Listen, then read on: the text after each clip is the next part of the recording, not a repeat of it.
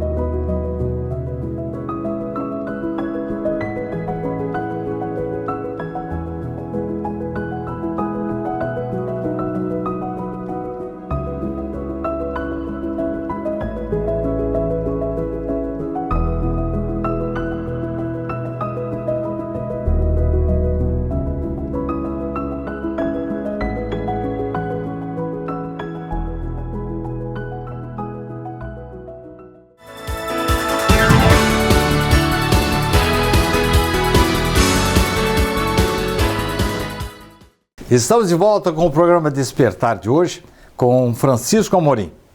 E eu estou perguntando a ele a respeito de espíritos, de anjos da guarda, de comunicabilidade com o outro plano. Francisco, os sensitivos a que você se referiu no bloco anterior, só existem no meio espírita? Não. A sensitividade é uma condição humana universal. Existem sensitivos no mundo todo, em todas as religiões, inclusive entre os materialistas. Ah, é? Tá? Inclusive. Mesmo o materialista Mesmo pode sendo ser inspirado? materialista, ele pode ser um sensitivo. Aliás, ele pode perceber coisas que o deixam assustado. E alguns até podem escrever inspirados, mas tem a liberdade de ser materialista. Allan Kardec fala em um livro dos médiuns, dado momento, quando ele pergunta assim: só quem acredita em vocês, que são auxiliados por vocês, e responde a Kardec: você acha? Mesmo as pessoas que não acreditam em nós, ou acham que nós não existimos, são assistidas por nós. Sim, né? O anjo da guarda, por exemplo, é uma universalidade. Ele está para todo mundo, cada um tem pelo menos um, né? Porque às vezes existe uma pleiade de espíritos ocupados com uma pessoa, dependendo da função que a pessoa está desenvolvendo aqui. Mais de um, então? Mais de um podem estar ocupados no auxílio, né? Existe um que é o denominado para essa função, mas ele pode ter auxiliares, dependendo da função que a pessoa está desenvolvendo aqui. No caso, por exemplo, de uma pesquisa de uma vacina que vai salvar a humanidade? Cientistas, né, filósofos, grandes pensadores, grandes religiosos, né, vamos citar um exemplo, por exemplo, do Gandhi. Como seria a assistência espiritual de um espírito desse? Chico Xavier, quantos espíritos não assistiram? Divaldo Franco. Divaldo. E tantos outros. E não depende de ser religioso. Depende do que está fazendo, da importância que isso tem para a humanidade. Então Deus se preocupa com isso. Significa que numa missa, por exemplo, eu vou encontrar mentores espirituais, num culto evangélico, o pastor pode ser inspirado por alguém que ele chama de Espírito Santo, e nós espíritas diríamos simplesmente que é um espírito elevado? Perfeitamente. Tá? No plano espiritual, na dimensão espiritual, não existem religiões igual existem aqui. Existe religiosidade. Tanto que você vai olhar, por exemplo, a nossa assistência espiritual, nós temos padres, freiras, índios, hindus e outras pessoas lá que aparecem, né, como os mentores. Nas reuniões mediúnicas, é comum aparecerem padres e freiras acompanhando assistidos que vão ser amparados ali naquela reunião, naquele momento. Porque eles precisam de uma pessoa que professava a sua religião aqui na Terra. Exatamente. Para que eles se identifiquem. É muito mais simples alguém que era evangélico ser assistido por um pastor que ele já conhece ou que ele sabe que é, do que por um estranho, né? Principalmente em função dos preconceitos que existem. Foi difundida essa questão de que é proibido falar com os mortos. Não pode falar com os mortos. Imagina a pessoa desencarna e chega na dimensão espiritual, ela só vai encontrar a gente morta lá. E como é que ela fica? Tivemos um caso numa reunião mediúnica que o assistido, o espírito que foi levado para a reunião, quando se manifestou, ele falou que ele estava apavorado porque estava num lugar que ele não podia conversar com ninguém.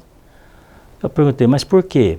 Foi porque eu só vejo gente que já morreu lá. E eu estou proibido de falar com mortos. Eu não posso falar com pessoas que morreram.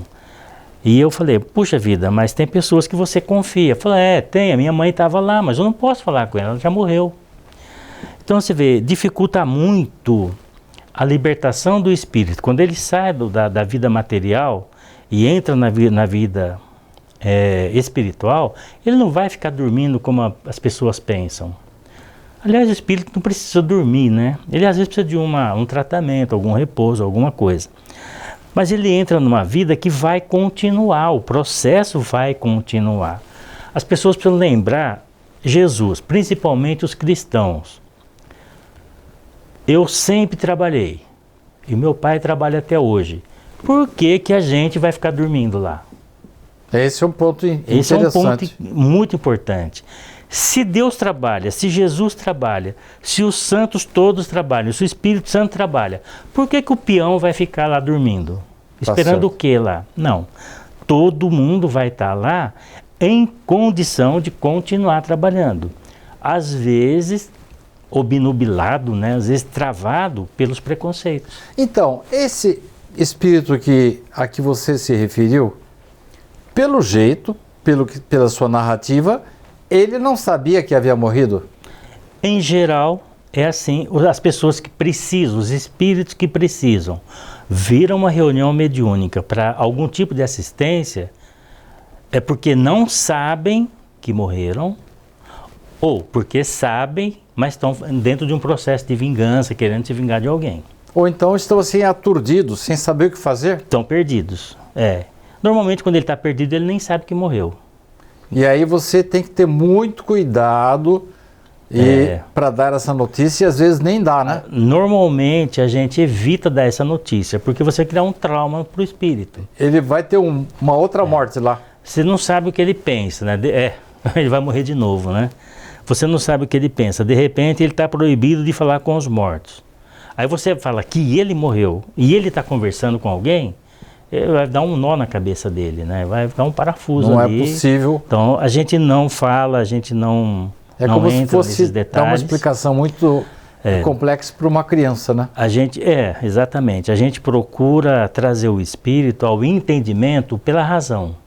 Conversando com ele, explicando situações, falando da religião, qual que ele professa ou professava. Quer dizer que então os espíritos estão presentes nas missas, nos cultos evangélicos, nas palestras espíritas, nos terreiros de candomblé, nas casas da Umbanda. Aonde houver 2 ou mais falando em Deus, eles estão juntos. Certo? Representando até Jesus muitas vezes. Às vezes o próprio Jesus, né? Ele diz que ele está lá. Nós estamos no fim do bloco, mas eu queria citar para você que num dos meus próximos livros, eu digo que o protetor espiritual de um sacerdote, ele se apresentava com uma batina para poder ser mais bem aceito. Você acha lógica essa ideia? Essa lógica é muito usada, né? É muito mais fácil para um religioso aceitar alguém da mesma religião que ele professava do que alguém diferente, né? E a culpa são das próprias religiões que acabam criando preconceito, acabam criando cisões, tá? É preciso pensar muito nessa questão de cisão, é preciso haver um ecumenismo maior, menos cisão. Aí gerariam menos traumas para as pessoas que desencarnam. Parece que nós estamos caminhando para isso, porque há inclusive alguns sacerdotes que estão desenvolvendo técnicas com aparelhos para conseguir a comunicabilidade com aqueles que já partiram. Que também é possível, né? A chamada transcomunicação. Mas eu acho que é mais interessante a gente desenvolver o psiquismo do que a mecânica. Porque é óbvio, né? A mecânica pode comprovar coisas que a gente tenha dúvida. Mas o psiquismo todo mundo tem. É uma questão de compreensão, de treinamento, de respeito, principalmente respeito. Nós estamos terminando o bloco, mas só lembrando que alguns canonizados, alguns santos, conversavam com os espíritos, né? Sim, e alguns até por isso foram canonizados. Exatamente. Nós vamos fazer um pequeno intervalozinho. Não saia daí. No instantinho estaremos de volta.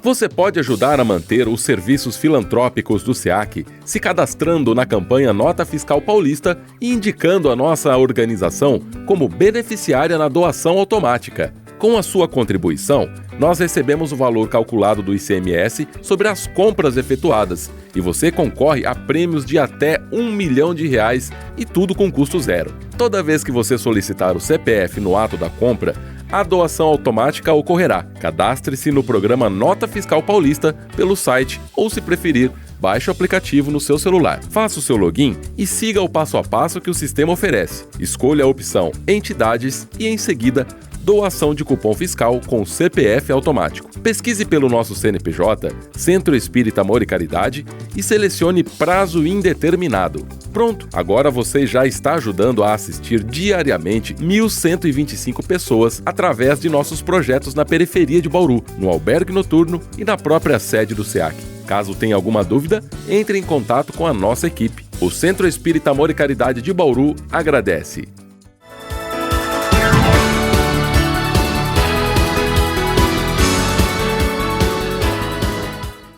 Estamos de volta para o último bloco do programa Despertar de hoje com Francisco Amorim. Francisco, a conversa está muito boa e eu entendo que os nossos telespectadores têm muitas dúvidas a respeito. Por exemplo, muita gente que se aproxima de uma sessão espírita ou passa a frequentar um terreiro de umbanda ou de candomblé, há um certo preconceito. E alguém fala assim, não vai lá não, você pode ficar louco ou pode ficar doente. No passado, na época em que se codificou a doutrina espírita, era comum dizer que a mediunidade era sinônimo de loucura. O que você tem a dizer a respeito? É verdade isso, né? Quando tudo que é desconhecido, quando começa a ser explorado, começa a se tornar conhecidos e aparecer também muita crítica. Às vezes as críticas são apenas sectárias, porque eu não quero que o outro tenha a mesma coisa, o mesmo potencial que eu. Às vezes é só isso, né? É uma questão de decisão. Agora, a mediunidade em si, ela não é doença e nem produz doença. Não está nesse campo.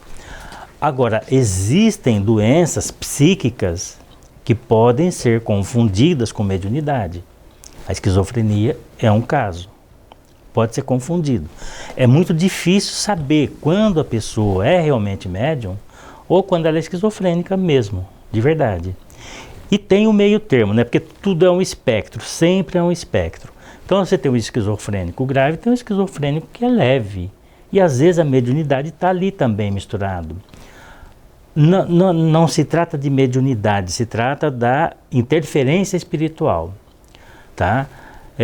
Todos nós vivemos N experiências com outras pessoas, outros espíritos, que podem ter alguma reserva com a gente e possa querer vir à forra alguma hora.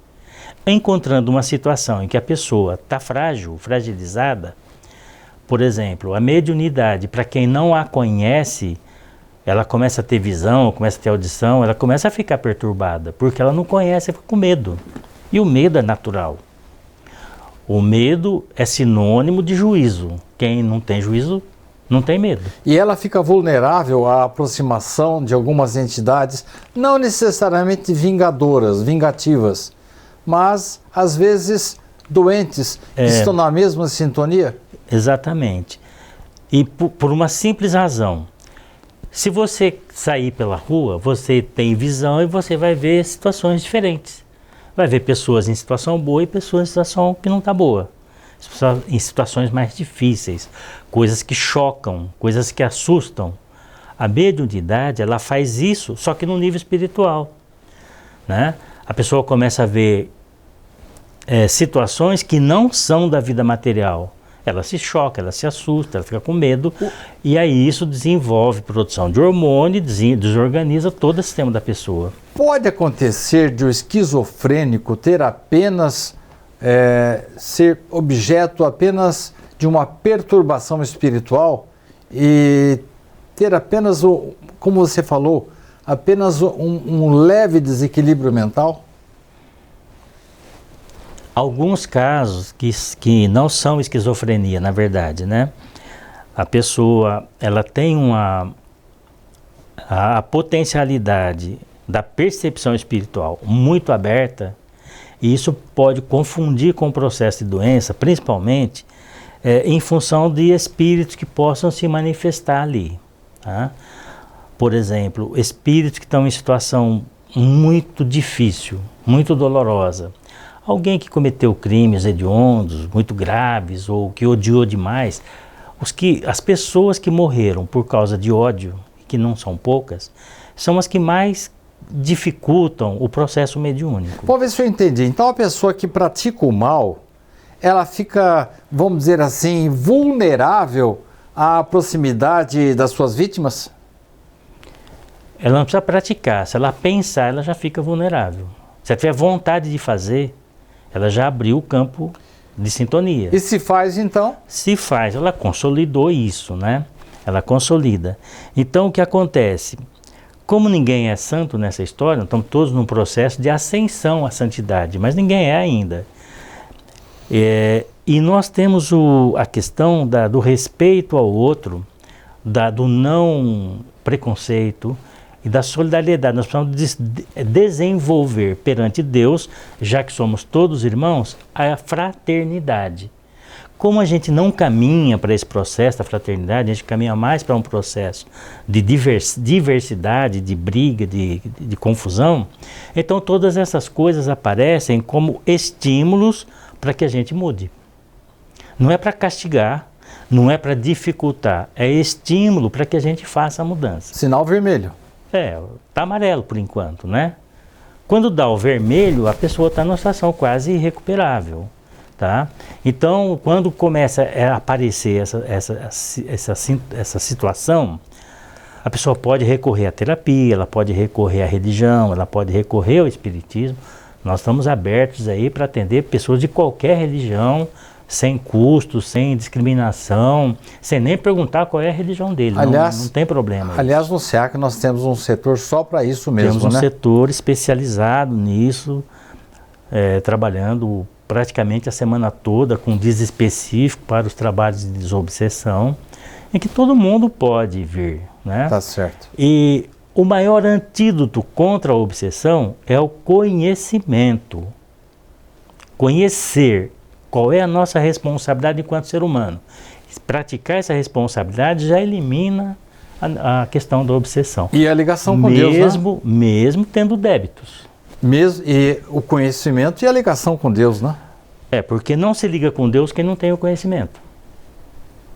A pessoa não acredita, não conhece, não se liga e acha que é o dono do mundo, e aí ele vai arrumar mais confusão, uma confusão atrás da outra. Francisco, eu quero que você arranje um tempinho para voltar a falar conosco, que nós temos um caminhão de perguntas e dúvidas para serem esclarecidas ainda. Sem dúvida, estou à disposição. Muito obrigado pela sua companhia. Na próxima semana, mais um programa Despertar com o assunto do seu interesse. Até lá!